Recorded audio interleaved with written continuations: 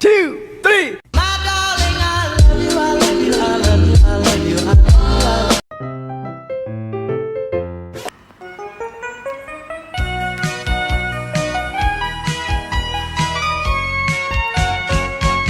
Assalamualaikum, halo semua, kembali lagi di kanal YouTube Indah.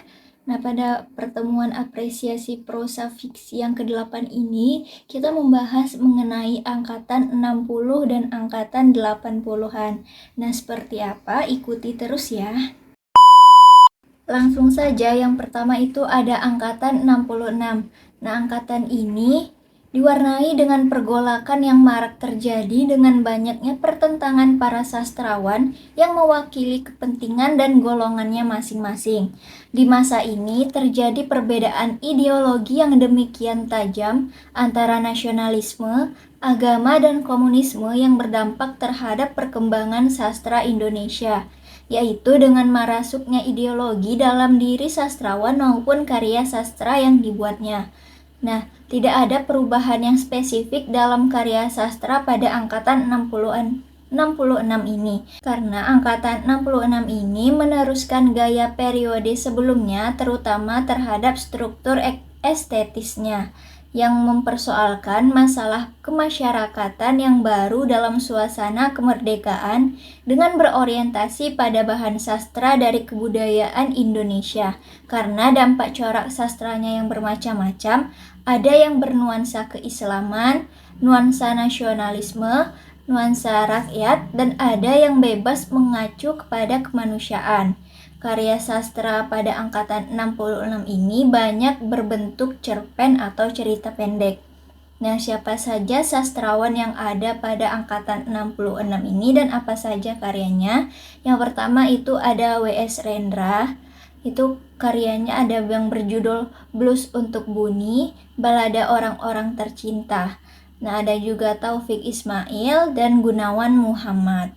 Nah, kita bahas salah satu karya sastra yang ada pada angkatan 66 ini. Novel Robohnya Surau Kami ini bercerita tentang seorang kakek yang menghabiskan sisa hidupnya sebagai seorang penjaga surau atau garin. Namun karena suatu peristiwa, kakek penjaga surau itu meninggal bunuh diri.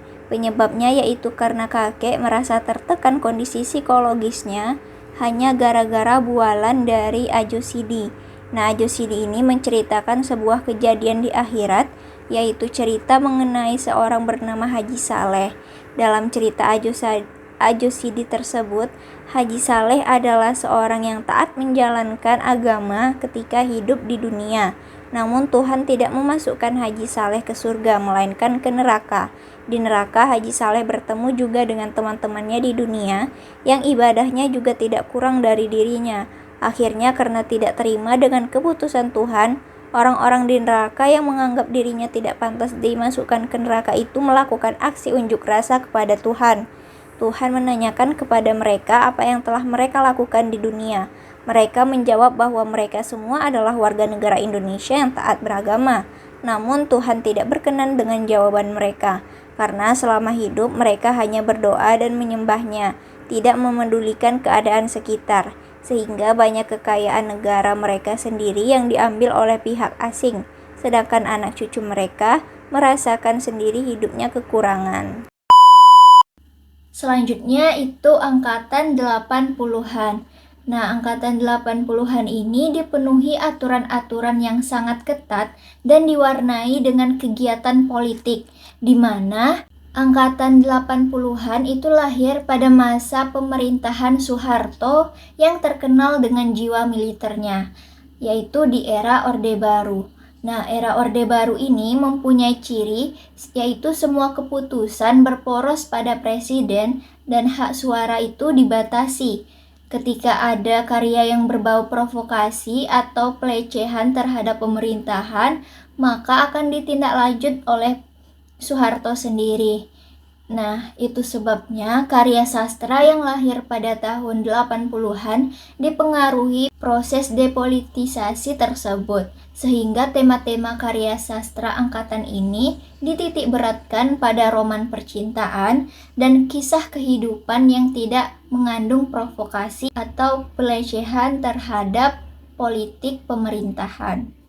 karena kehidupan politik selama tahun 64, 65, dan awal tahun 66 yang berpengaruh terhadap kehidupan kesusastraan, sehingga kesusastraan Indonesia kurang menggembirakan. Buku-buku sastra jarang terbit, majalah kebudayaan terutama sastra tempat pengarang menyebarkan karyanya juga tidak terbit. Nah, angin segar mulai bertiup kembali nih dengan terbitnya majalah Sastra Horizon. Majalah ini terbit pada 1 Mei 1966. Majalah Horizon ini terdiri dari beberapa sastrawan, yaitu Muchtar Lubis sebagai penanggung jawab, ada H.B. Jasin, Zaini, Taufik Ismail, Arif Budiman, dan D.S. Mulyanto. Majalah ini merupakan kekuatan baru dalam kesusastraan Indonesia. Kreativitas para seniman dan sastrawan yang selama ini terbungkam mendapat penyaluran kembali dalam majalah ini. Kesusastraan Indonesia seolah-olah hidup kembali. Nah, siapa saja tokoh dan karya-karya yang ada pada angkatan 80-an ini? Yang pertama itu ada Umar Khayyam dengan karyanya yang berjudul Priyayi dan Bauk. Selanjutnya ada Taufik Ismail dengan karyanya yang berjudul Tirani. Selanjutnya ada Sapardi Djoko Damono dengan karyanya yang berjudul Dukamu Abadi. Terus ada Iwan Simatupang dengan karyanya yang berjudul Merahnya Merah, Ziarah, dan Kering. Selanjutnya ada N. Hadini dengan karyanya yang berjudul Orang-Orang Tran, Pertemuan Dua Hati, Hati yang Damai, dan N. Hadini ini kebanyakan karya sastra atau novelnya itu bercerita tentang wanita. Nah, selanjutnya ada Mira Wijaja. Nah, di sini Mira Wijaja itu karyanya ada Di Sini Cinta Pertama Kali Bersemi, Ketika Cinta Harus Memilih, dan Permainan Bulan Desember. Nah, seperti sebelumnya kita bahas salah satu karya sastra yang ada pada angkatan 80-an ini. N. Hadini dalam novel Pertemuan Dua Hati secara khusus mengangkat kehidupan dunia pendidikan Indonesia yang merosot drastis kualitasnya. Tokoh Ibu Suci diceritakan sebagai guru SD yang ia hidup serba sederhana di lingkungan serba sederhana, harus menghadapi tantangan lingkungan masyarakat dan lingkungan sekolah yang serba maju berpola pikir serba modern. Pemikirannya yang modern ini ternyata tidak menguntungkan dunia pendidikan di Indonesia. Para guru dengan gaji yang sangat minim dan kebutuhan yang sangat banyak dipaksa berubah sikap, yang semula sosial menjadi individualis, tak lagi peduli terhadap masalah anak didiknya. Tokoh Waskito adalah seorang murid yang nakal, sehingga ia tidak disukai teman-temannya di sekolah. Waskito sering membolos, sering memukuli kawan-kawannya, dan sering membuat onar di sekolah. Akan tetapi berkat keuletan Bu Suci, yakni guru Waskito, akhirnya si anak nakal ini berubah dan berhasil dibimbing ke arah yang benar.